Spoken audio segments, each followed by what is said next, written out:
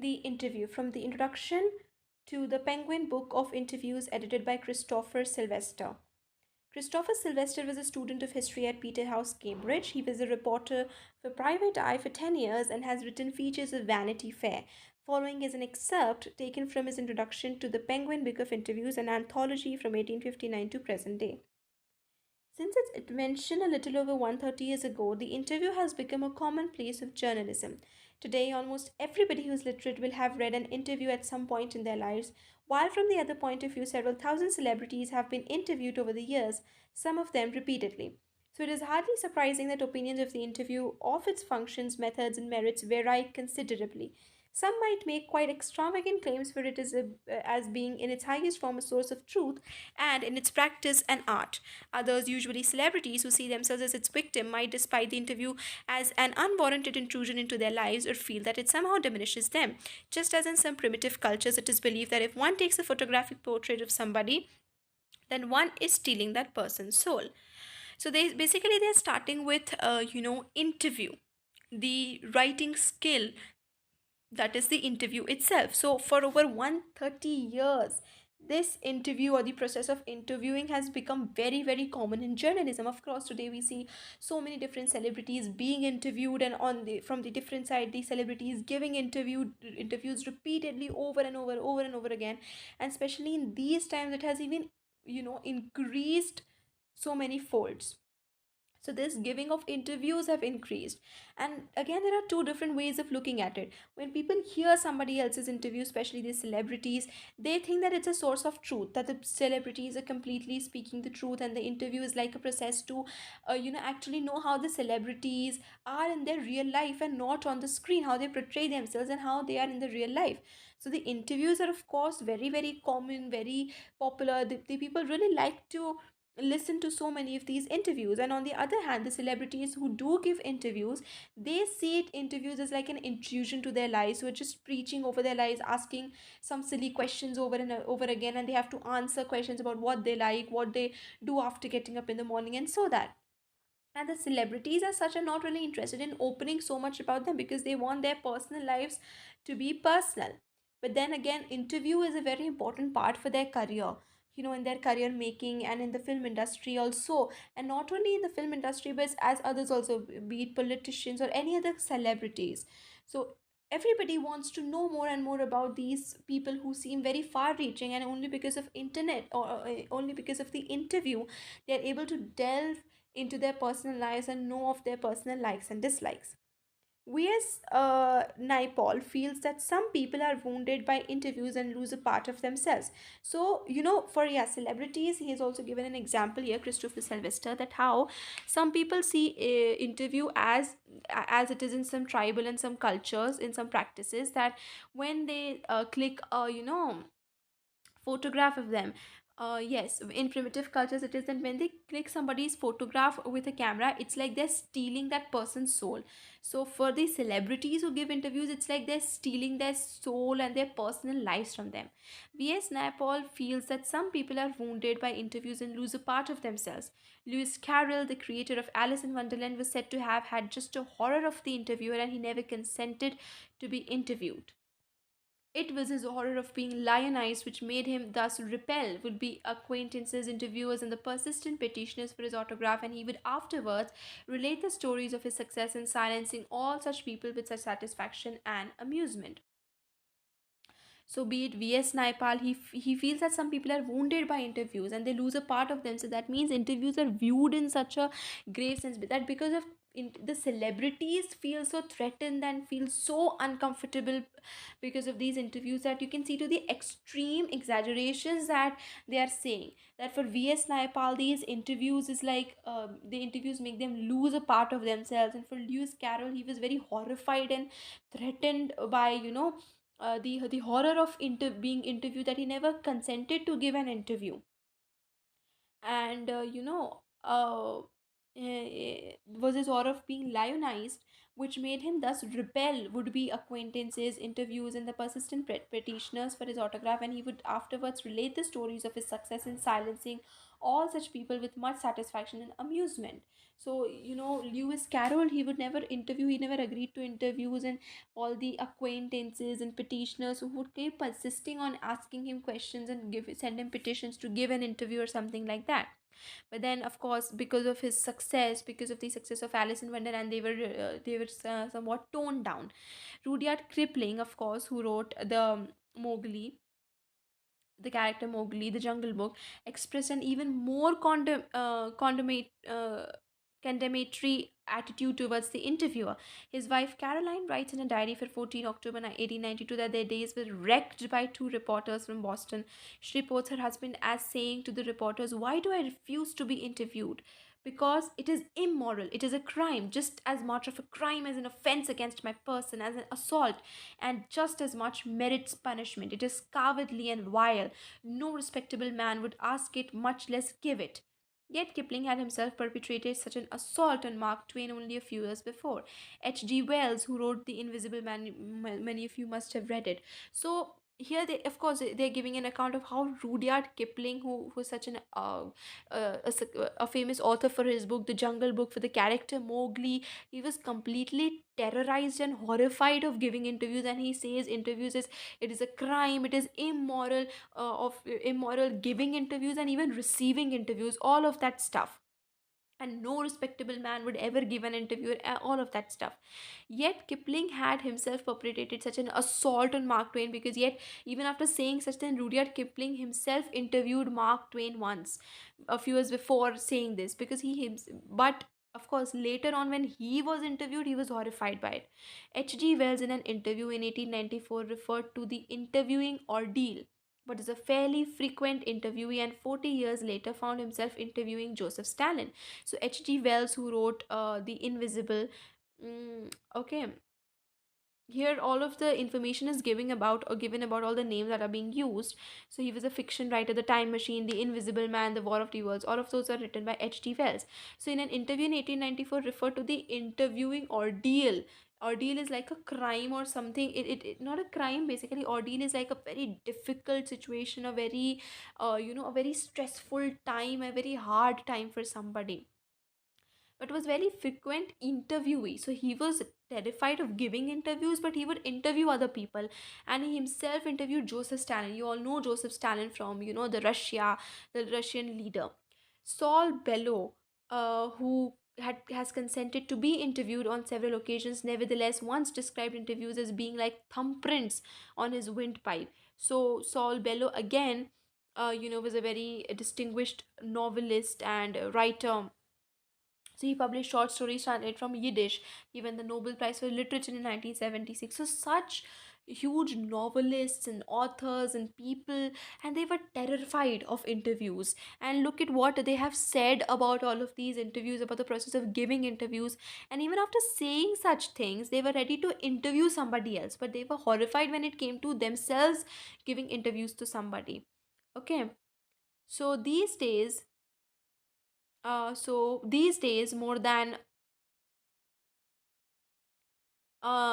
at any, okay, yeah, so Saul Bellow said that that were like thumbprints on his windpipe. So thumbprint on his windpipe means he felt like somebody was, literally pressing his windpipe, of course, his throat, his neck. So it was like he was being, his neck was being, he was choking, or he was being suffocated by that thing, that somebody was pressing and trying to press his neck so that he would die. That was the feeling. Matlab, that is how he describes giving interviews. These days, more than at any other time, our most vivid impressions of our contemporaries are through interviews. Dennis Bryan has written, "Almost everything of moment reaches us through one man asking questions of another, because of this, the interviewer holds a position of unprecedented power and influence." So, according to Dennis Bryan, and it is true too, because many people are interested now why interviews are good or bad or whatever, but the majority of the people want to see their favorite celebrities getting interviewed. They want to know more about their celebrities, and that is why Dennis Bryan explains, and he states, he states that the person who's taking an interview is like the one with having one who has unprecedented power and influence over the other, because he has the right and he has the question answering question, and he has so much power and influence. Because if he asks, now suppose an interviewer wants to take does not like a particular celebrity, so he or she can, the interviewer can ask such questions that would completely demerit the celebrity's reputation, that would completely spoil and debar the celebrity's reputation. So the interviewer of course holds a very very strong position and has a lot of power and influence, because according the kind of questions that he would ask, of course the celebrity may choose to avoid the question completely altogether, or the celebrity may answer it. But then it does not seem good if the celebrity is avoiding the answer. That means the answer is not to advantage to the celebrity, and that is why the celebrity is not answering it. So the interviewer holds a lot of power and influence over the person who's being interviewed. Part 2, I'm a professor who writes novels on Sundays. Umberto Eco. Umberto Eco. The following is an extract from an interview of Umberto Eco. The interviewer is Mukund Padmanabhan from The Hindu. Umberto Eco, a professor at the University of Bologna in Italy, had already acquired a formidable reputation as a scholar for his ideas on semiotics, the study of science, literary interpretation, and medieval aesthetics before he turned to writing fiction. Literary fiction, academic texts, essays, children's books, newspaper articles, as written output is staggeringly large and wide ranging. In 1980, he acquired the equivalent of intellectual superstardom with the publication of The Name of the Rose, which sold more than 10 million copies. So here, this is an excerpt from that Mukund Padmanabhan, a person from The Hindu, interviews Umberto Eco, who was a professor at the University at of Bologna in Italy, and he was first of all known for his literary interpretation and semiotics. Semiotics is basically the sign language, or the study of signs, the different signs that are there. So what the different signs mean, for example, the red color is for traffic signal, or even on the road you see so many different signs for a u-turn, for a right, or for a slow down, or there's so many different signs used all over, for a different sign for using the restroom and the lavatory and all of that stuff. So he used to study signs, he used to interpret them, what do they mean and why were the particular sign used. And then he also wrote a lot of books and essays and academic essays and text and all of that. So he rose to fame because of his work, The Name of the Rose, which sold more than 10 million copies. So he was a very well known, well established novelist, author, writer, and a semiotic and all of that. You know, Mukund. So this is an interview. The English novelist and academic David Lodge once remarks, I can't understand how one man can do all thing he does. So, of course, Mukund is asking Echo a question, that this was a statement made by David Lodge, that David Lodge praising Umberto Eco says that how I don't understand how Eco can do all of so many things. I mean, how can one man do all things that Eco does? So to this, Umberto Eco replies, maybe I give the impression of doing many things, but in the end I'm convinced I'm always doing the same thing, which is, now that is more difficult to explain. I have some philosophical interests and I pursue them through my academic work and my novels. Even my books for children are about non-violence and peace. You see, the same bunch of ethical, philosophical interest. And then I have a secret. Did you know that what will happen if you eliminate the empty spaces from the universe, eliminate the empty spaces in all the atoms? The universe will become as big as my fist. Similarly, we have a lot of empty spaces in our lives. I call them interstices. Say you are coming over to my place. You are in an elevator. While you're coming up, I'm waiting for you. This is an interstice, an empty space. I work in empty spaces. While waiting for your elevator to come up from the first to the third floor, I have already written an article. So what David Lodge says that Umberto Eco does so many things. To this, Eco replies that when you actually realize it, I do only one thing. So now Mukund is of course surprised that what is the which is the same thing that you keep doing. You know how to do so many things. How can you say that you do keep doing the same thing? So now we're to say, this is a difficult question. So what thing I do is I have philosophical interest, and that is the only thing I do. Even if I'm writing a children's book, a book for children, a children's text or novel or anything, it may seem like an entirely different task, or an entirely different task that I'm taking up or doing, that I'm writing a novel and that too for children. But then those children novels also have the theme of non-violence and peace and all of that stuff, that again scales down to my philosophical interest, my ethical interest, peace and all of that stuff. So all the work that I do is related to one single thing, and I'd keep doing the same thing just in different ways, in different forms, but it's the same thing. I have one interest, that are the philosophical interest. And then I have a secret. Now he talks about a space. He talks about there are so many different empty spaces, and that space can be in form of time too, that people have so much so much empty time in their hands. They have so much empty space to do a lot of things. For example, if he gives the example that if you're coming up the elevator and I'm standing there, I have so much of empty space with me. And empty space means in different contexts. Empty space as in a blank paper, empty space as in so much to write on that paper, empty space as in so much time that he has, empty space that means the non work means no work that he has to do, all that empty space from not doing any work, all of that thing.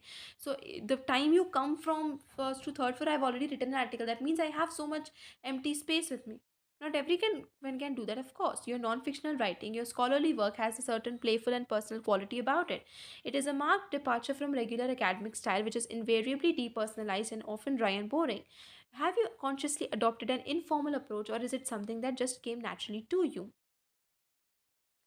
Okay, so now of course, so Mukund is praising him. He's saying that your work is different. No, no, not everybody can do. You are saying that you keep doing the same thing and you have empty space, but not everybody can utilize that empty space, or not everybody can write in such a way that you write. Okay, your writing is so much more personal. You have so much, such a playful character to your writing. It's so much more personalized and characterized, and kind of nice. It has positive things to add it to it. And if we compare it to other academic texts are very impersonal, depersonalized and dry and boring. And of course many students do feel that their syllabuses are boring and all.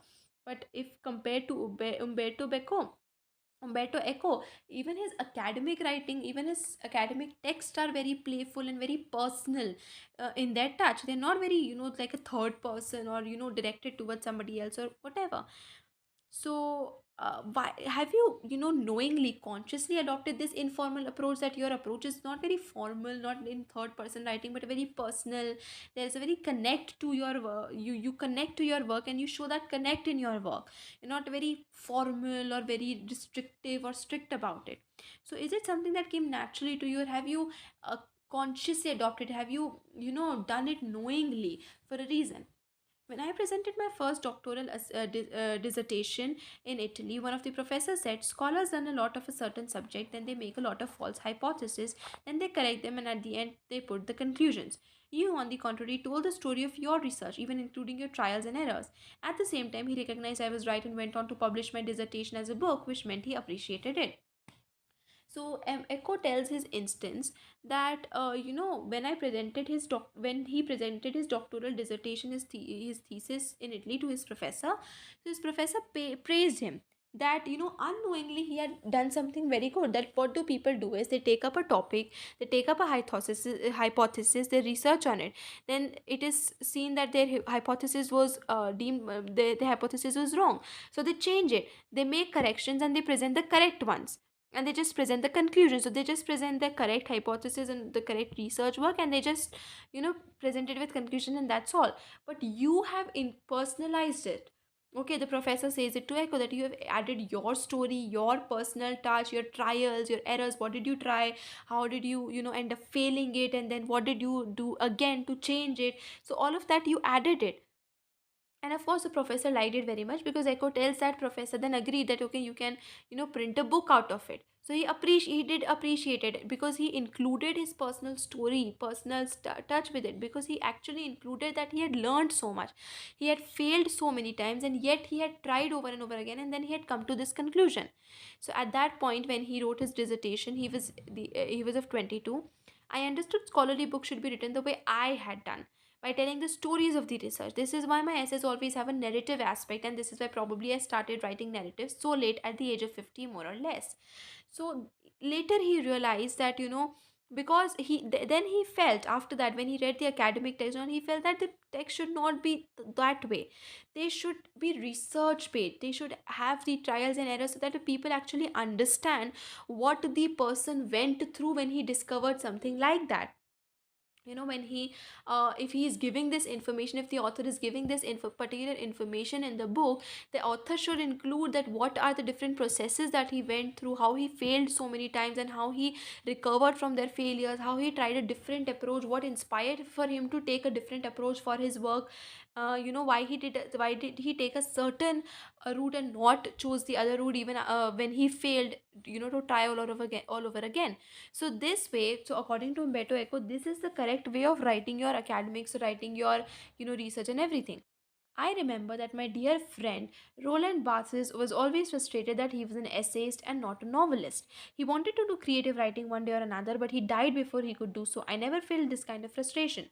I started writing novels by accident. I had nothing to do one day, and so I started. Novels probably satisfied my taste for narration. So he's talking about how Roland Barthes was always frustrated because he never wanted to be an essayist. Even he wanted to write his heart out, like heart out, like Umberto Eco was writing, and how. But of course, it was very late. He died before writing something like it. Before writing a novel, he wanted to do creative writing. He wanted to be free in his writing and take his writing whichever way he wanted to. But he could never do that. He had to write those essays, and because it was his profession, and also he had to write those essays in a particular way, and he felt very restricted, like closed in a cage because of his work. So he was only doing it out of necessity and out of compulsion, but he would have never done that way. He would never written essays the way he wrote. He would have done it in a way of creative writing. But Umberto Eco says that he never felt such a thing, because he did not started writing novels out of compulsion or livelihood or anything or necessity. He started writing because one day he was getting bored, he did not have any work to do, and he started writing. So it was his leisure that he started writing, and that is why he had a very free style. He was very free in writing. He wrote however way he wanted to write. Talking about novels, from being a famous academic, you went on to becoming spectacularly famous after the publication of The Name of the Rose. The Name of the Rose. You have written 5 novels against many more scholarly works of non-fiction, at least more than 20 of them. Over 40, so here Echo corrects him. Over 40. Among them, a seminal piece of work on semiotics. But ask most people about Umberto Eco, and they will say, "Oh, he's a novelist. Does that bother you?" So now the Mukund is asking him the question that you have written so many books, and you especially became famous after the book The Name of the Rose, and you've written so many other books, and you've written against many more scholarly works of non-fiction, so against those criticizing them or all of that. He has written so many of his works, over 40 of them, and at least more than 40 of them. So among them, you have written a seminal piece of work. That means you have written quite good and praisable work on semiotics. So semiotics is, of course, the study of signs and different interpretation of different signs. But then, whenever anybody takes your name, whenever anybody says Umberto Eco, they would say he's a novelist. Nobody would consider you as a semiotic, or they would like either disregard or ignore or neglect the fact that you're also semiotic. They would not take that into consideration as a praise. They would not consider your work of semiotics as praiseworthy. Does that bother you that you have written your work on semiotics too, and that also you have given a lot of attention and care to it, but people don't usually refer it as you know a piece or a phenomenal work? So Echo says, yes, because I consider myself a university professor who writes novels on Sundays. It's not a joke. I participate in academic conferences and not meetings of pen clubs and writers. I identify myself with the academic community. So Meadow says, of course, I am not happy with the fact that they consider me novelist. I am only a novelist on Sundays. I write novels for fun or for my own satisfaction. That's not my primary line of work. I'm a professor, and my duty lies with the field of academic. My loyalty lies to the field of academics, and I want to be referred to as an academician and not as a novelist. That is my side work, or that is something that I do for leisure. So I want that my work be appreciated in their real sense, the real work that I do. Writing novels is not my work, it's just my side activity, it's just my leisurely activity. I want that I get novels. I don't really put that much effort in writing novels. I just write whatever comes to my mind. But I want that my work be appreciated into something that I'm putting so much pressure, so much efforts in. but because of the writing of my novels, people just completely neglect my work as an academician, as a professor. But okay, if most people have read only the novels, I know that by writing novels I reach a larger audience. I cannot expect to have 1 million readers with stuff on semiotics.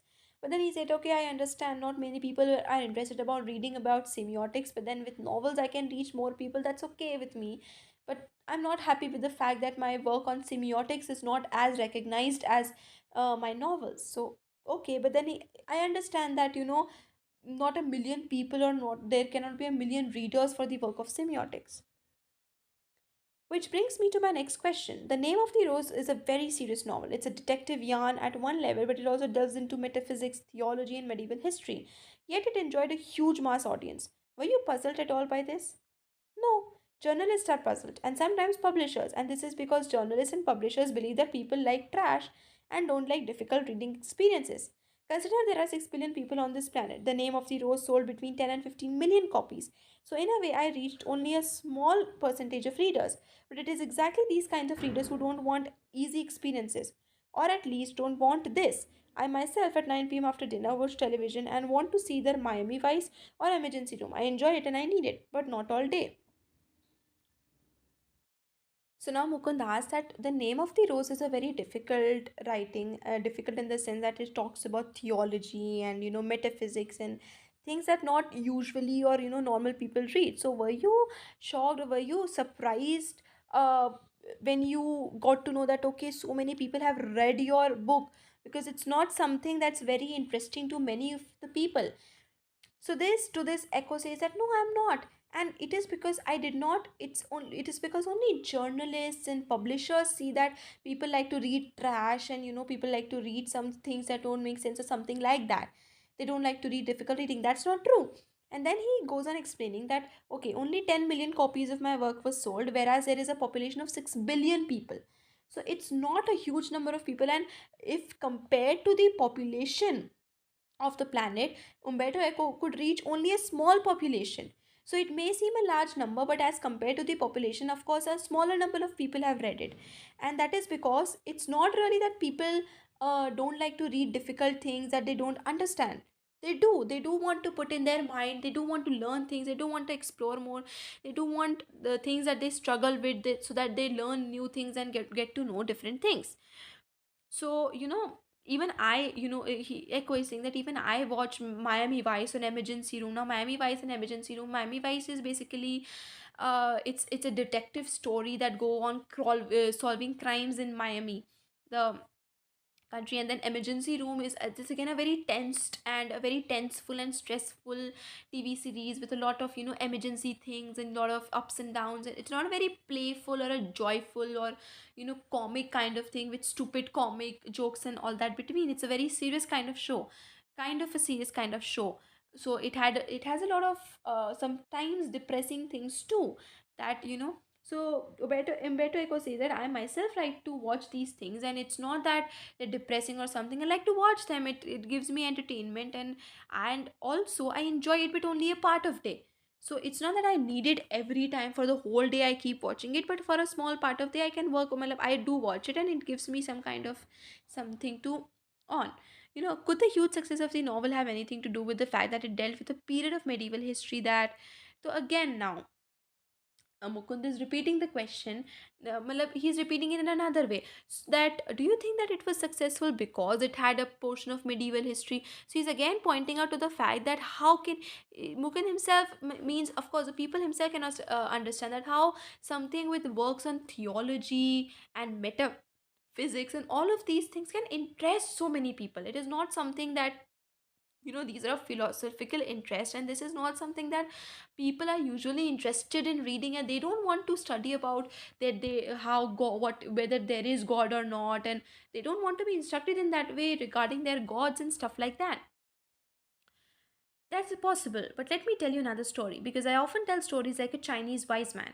My American publisher said while she loved my book, she didn't expect to sell more than 3,000 copies in a country where nobody has seen a cathedral or studies Latin. So I was given an advance for 3,000 copies, but in the end it sold 2 or 3 million in the US. A lot of books have been written about the medieval past before mine. I think the success of the book is a mystery. Nobody can predict it. I think I had written The Name of the Rose 10 years earlier or 10 years later. it wouldn't have been the same. Why it worked at that time is a mystery. So he says that okay, that's possible that my book was so successful because there was a portion on medieval history on it, and of course my publisher too also liked the book, but then the publisher was very confident, because she was very confident that the book is very good, but I don't think that more than 3000 people will be interested to read it. So he was given an advance for 3000 books only, but then later on it went on selling for 2 or 3 million copies of the book in US itself. And another reason, not only the subject matter of the book, but another reason why the publisher thought that the people would not like a book, because there were not many people who have seen a cathedral or who study Latin, because the book was based in such a way. Umberto Eco is not an English writer of that, what had included concepts that not many people would agree or relate with. So why a book became a hit is a mystery. And if I would have written it 10 years later or 10 years before this time, so I don't think it would have been that big of a hit. So I think it was the right book at the right time, and that was one of the reasons. But why the book became so famous, that is still a mystery. Nobody can understand why the book was so famous. It was a history. So if we look at the questions, do you think Umberto Eco was likes being interviewed? Give reasons. So you can give the answer according to your own will, because they have asked, it's an open-ended question. But if we look according to the text, or if we look from this, so yes, Umberto Eco did like being interviewed, because you see that how he was answering all questions with so much detail. He was very readily answering all questions. He was there was excitement in his questions, in his answers. So he was happy that he was answering such questions by the interviewer. And also you can see that how he is describing, he is not feeling very neglected, very offended or anything. So how does Echo find the time to write so much? Because he finds the time because he thinks there are a lot of empty spaces, and he writes on Sundays, and he's very interested in work, and he identifies himself as an academician, and he thinks that his work is his leisure, not a burden on him, and everything like that. So Echo's academic writing style was different because it was very personal, very characterized, and it had his own certain character added to it. It was very playful as compared to other essayists. It was not very boring or dull or very instructive in manner, but it was, he added a personal touch to it, etc. So, yeah, Umberto Eco considered himself an academic scholar first, because that was his main profession. Being a novelist was something that he used to do on Sundays. He used to just enjoy it, and it was like passing time for him. Like it was like something like often hobby for him. What is the reason for the huge success of the novel The Name of the Rose? So, what is the reason? It's a mystery for Umberto Eco. The reason can be multiple, maybe because there was a section of medieval history in it, or maybe because it had some difficult and new writings or new issues that were raised by Umberto Eco. So, why it was a success is still a mystery. But then, of course, what you can do in your answer is you can give yourselves that you think maybe the reasons for the success of the novel. Other than that, you can write whatever you want. What are some of the positive views in the interview? So here you can see that interviews are good because they tell some truth about the famous celebrities. It's like an art, and it quite extravagant claims for it being. And uh, yeah, the celebrities, the people like to know more about their celebrities. Why do most celebrity writers despise being interviewed? Because they think that being interviewed is like stealing their soul. And they don't like it because they don't like so much interference. It's like they are trying to just steer open their personal life, and they don't want to be interviewed on questions repeatedly over and over again. What is the belief in some primitive cultures? The belief is that if you photograph them with a camera, it's like stealing their souls. Thumbprints on his windpipe means that pressing, with the thumbs, the windpipe, the throat area. So it's like choking them, suffocating them, just pressing hard on their neck. Who in today's world is our chief of source information or personality? So it's of course the interviews, and the interviewer is like the chief source of our personalities, chief source of information about personalities. And so yes, an interviewer today is our chief source of information for different personalities. And we have already solved these questions understanding the text.